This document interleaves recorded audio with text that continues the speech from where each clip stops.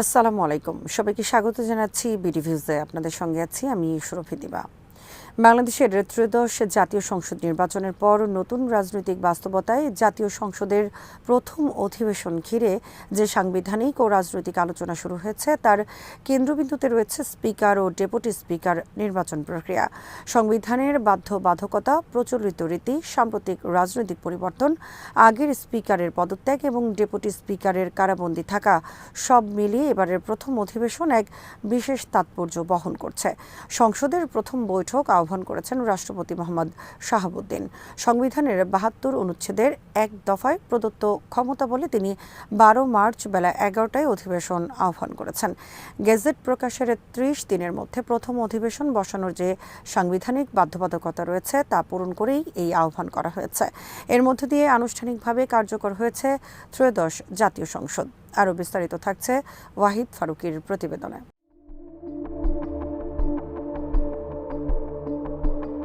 প্রথম অধিবেশনের অন্যতম প্রধান কাজ হল স্পিকার ও ডেপুটি স্পিকার নির্বাচন। সংবিধানের ৭৪ অনুচ্ছেদে স্পষ্টভাবে বলা আছে, কোনো সাধারণ নির্বাচনের পর সংসদের প্রথম বৈঠকে সংসদ সদস্যদের মধ্য থেকে একজন স্পিকার, একজন ডেপুটি স্পিকার নির্বাচিত করতে হবে। অর্থাৎ এটি কেবল একটি প্রথা নয়, বরং সাংবিধানিক বাধ্যবাধকতা। সংসদ সদস্যরা শপথ গ্রহণের মাধ্যমে আইন প্রণয়ন ও সাংবিধানিক দায়িত্ব পালনের উপযুক্ততা অর্জন করলেও সংসদের কার্যক্রম পরিচালনার জন্য একজন সভাপতির প্রয়োজন হয়।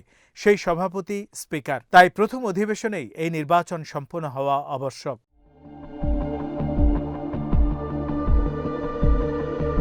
তবে এবারের প্রেক্ষাপট কিছুটা ব্যতিক্রম।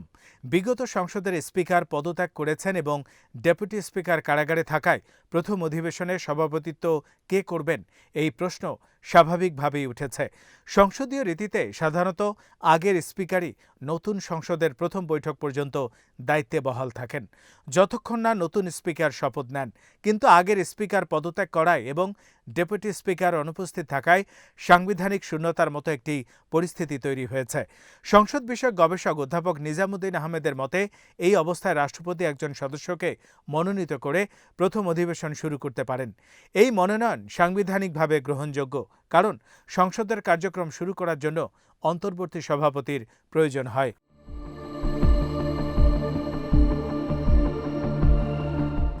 ফেব্রুয়ারি প্রধান নির্বাচন কমিশনার সংবিধানের ১৪৮ অনুচ্ছেদ অনুসারে নবনির্বাচিত সংসদ সদস্যদের শপথ পাঠ করান। ওই দিন বিএনপি, জামাত, এনসিপি সহ অন্যান্য দলের নির্বাচিত সদস্যরা শপথ গ্রহণ করেন। একই দিন বিকেলে বিএনপির চেয়ারম্যান তারেক রহমান এর নেতৃত্বে নতুন মন্ত্রিসভা শপথ নেয়। এতে স্পষ্ট হয় যে নির্বাচনের ফলাফলের ভিত্তিতে সরকার গঠনের প্রক্রিয়া সম্পন্ন হয়েছে এবং এখন সংসদীয় কাঠামোকে পূর্ণতা দেওয়ার পালা। স্বরাষ্ট্রমন্ত্রী সালাউদ্দিন আহমদ জানিয়েছেন, মার্চের দ্বিতীয় সপ্তাহেই অধিবেশন বসবে এবং সেখানেই স্পিকার ও ডেপুটি স্পিকার নির্বাচিত হবেন।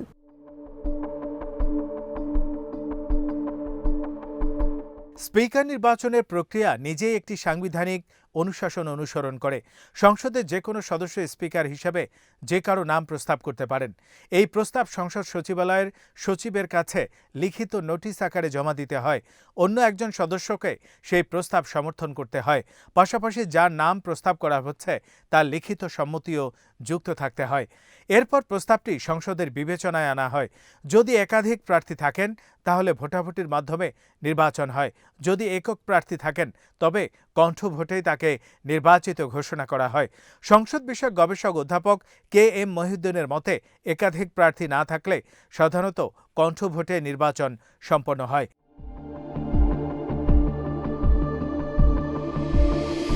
বাংলাদেশের সংসদীয় চর্চায় স্পিকার সাধারণত সরকারি দল থেকে নির্বাচিত হন। বিদ্যমান সংবিধানে এই বিষয়ে কোনো বাধ্যবাধকতা না থাকলেও রাজনৈতিক বাস্তবতায় সরকার দলীয় সংখ্যাগরিষ্ঠতার ভিত্তিতে স্পিকার নির্বাচন করে থাকে।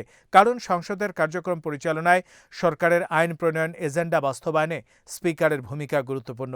তবে এই প্রথা নিয়ে দীর্ঘদিন ধরেই বিতর্ক রয়েছে। বিরোধী দল প্রায় অভিযোগ করে যে স্পিকার দলীয় প্রভাবমুক্ত থেকে নিরপেক্ষ ভূমিকা পালন করতে পারেন না। এই প্রেক্ষাপটে রাষ্ট্র ব্যবস্থা সংস্কারের আলোচনায় জুলাই সনদে ডেপুটি স্পিকার পদটি বিরোধী দল থেকে রাখার প্রস্তাব এসেছে। এটি বাস্তবায়িত হলে সংসদীয় ভারসাম্য রক্ষায় একটি নতুন দৃষ্টান্ত স্থাপিত হতে পারে।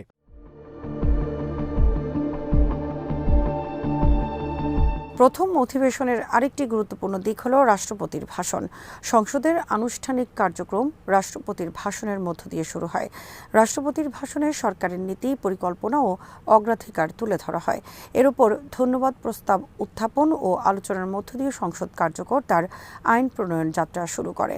কিন্তু তার আগে স্পিকার নির্বাচন অপরিহার্য, কারণ রাষ্ট্রপতির ভাষণ চলাকালীন এবং পরবর্তী আলোচনায় সভাপতিত্ব করবেন স্পিকার।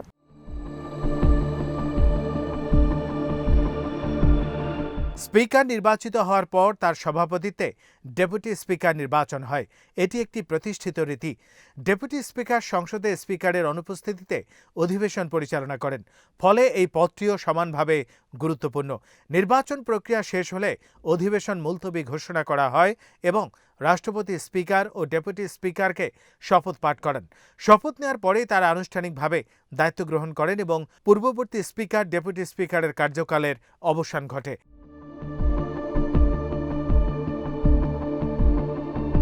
সংবিধান বলছে স্পিকার বা ডেপুটি স্পিকার পদত্যাগ না করা পর্যন্ত, পদ শূন্য বা না হওয়া পর্যন্ত তারা পদে বহাল থাকবেন।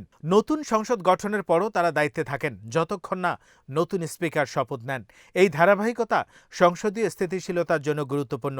কিন্তু এবার যেহেতু আগের স্পিকার পদত্যাগ করেছেন, তাই সাংবিধানিক ধারাবাহিকতায় একটি ব্যতিক্রম তৈরি হয়েছে।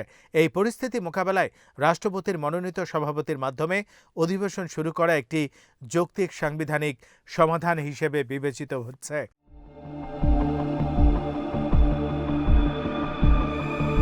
এবারের প্রেক্ষাপটে আরেকটি গুরুত্বপূর্ণ বিষয় হল রাজনৈতিক সমীকরণ। বিএনপি নেতৃত্বাধীন জোট সরকার গঠন করেছে এবং সংসদে তাদের সংখ্যাগরিষ্ঠতা রয়েছে। ফলে স্পিকার নির্বাচনে তাদের প্রার্থী জয়ী হওয়ার সম্ভাবনাই বেশি। তবে যদি বিরোধী দল শক্ত অবস্থান নেয় এবং একাধিক প্রার্থী দেয়, তাহলে ভোটাভুটি হতে পারে। এতে সংসদের ভেতরে গণতান্ত্রিক প্রতিযোগিতার একটি চিত্র ফুটে উঠবে।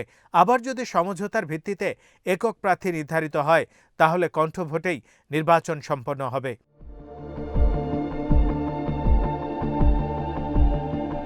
সংসদের প্রথম অধিবেশন কেবল আনুষ্ঠানিকতা নয়, এটি নতুন রাজনৈতিক অধ্যায়ের সূচনা। এখানে স্পিকার নির্বাচন সংসদীয় গণতন্ত্রের প্রাতিষ্ঠানিক রূপকে দৃশ্যমান করে।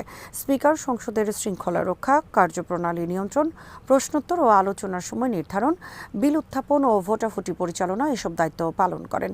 এমনকি সংসদীয় বিশেষাধিকার লঙ্ঘনের বিষয়েও তার ভূমিকা রয়েছে। ফলে এই পদে যিনি আসীন হন, তার ব্যক্তিত্ব, অভিজ্ঞতা ও নিরপেক্ষতা সংসদের কার্যকারিতায় সরাসরি প্রভাব ফেলে।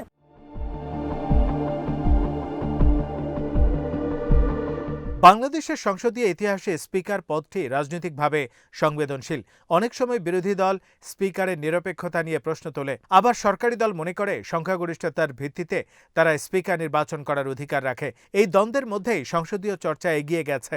তবে রাষ্ট্র ব্যবস্থা সংস্কারের আলোচনায় ডেপুটি স্পিকারের পদ বিরোধী দলকে দেওয়ার প্রস্তাব বাস্তবায়িত হলে তা সংসদীয় ভারসাম্য আনার ক্ষেত্রে গুরুত্বপূর্ণ ভূমিকা পালন করতে পারে।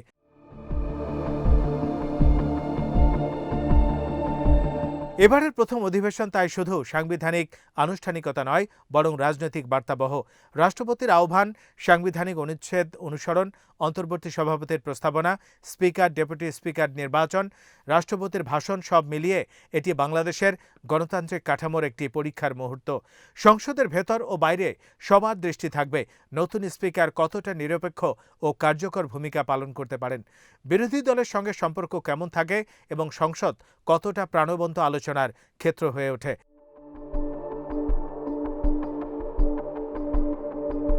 সবশেষে বলা যায়, ত্রয়োদশ জাতীয় সংসদের প্রথম অধিবেশন বাংলাদেশের সংসদীয় গণতন্ত্রের ধারাবাহিকতায় একটি গুরুত্বপূর্ণ মাইলফলক। সংবিধানের ৭২ ও ৭৪ অনুচ্ছেদের বিধান মেনে সাংবিধানিক শূন্যতা কাটিয়ে রাজনৈতিক সমঝোতা বা প্রতিযোগিতার মধ্য দিয়ে স্পিকার ও ডেপুটি স্পিকার নির্বাচন সম্পন্ন হবে। এর মধ্য দিয়েই নতুন সংসদের আনুষ্ঠানিক যাত্রা শুরু হবে এবং রাষ্ট্রের আইন প্রণয়ন কার্যক্রম নতুন পর্বে প্রবেশ করবে। এই প্রক্রিয়া কতটা স্বচ্ছ, অন্তর্ভুক্তিমূলক ও গণতান্ত্রিক হয়, তার উপরই নির্ভর করবে আগামী দিনের সংসদীয় রাজনীতির মান এবং গতিপথ।